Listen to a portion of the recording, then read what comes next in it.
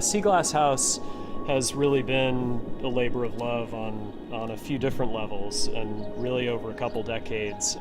The client, Marguerite Huchigian, she fell in love with the stretch of California, and she was able to get a 60-acre piece, which in that part of California is actually intimate.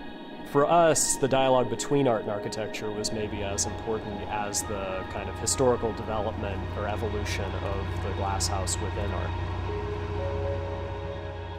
I think from her point of view, the important thing was her experience from within the home, looking out, and how it would allow her to live in this beautiful place with as few barriers, physical and visual, as she could possibly have with this environment that she really loved.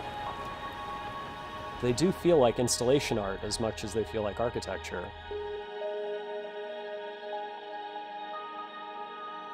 She actually talked about it as kind of a New York loft in the middle of nowhere, that she wanted it to be this big open kind of studio space where she could have everything all in one place.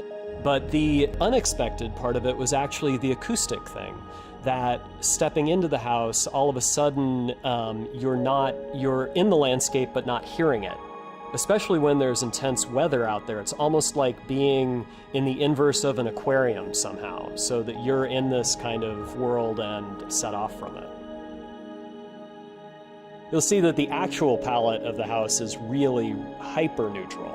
We had thought quite a bit about how the glazing works, and actually it shifts. It's clear to the water but translucent to the land side, and it actually isn't a crystal clear house. It actually has some sense of enclosure to it. I think there is something sort of meditative about being up in that space and oriented towards the ocean view. It definitely amplifies its surroundings both seasonally and daily. It kind of isolates and amplifies and kind of curates the passage of time in an interesting way.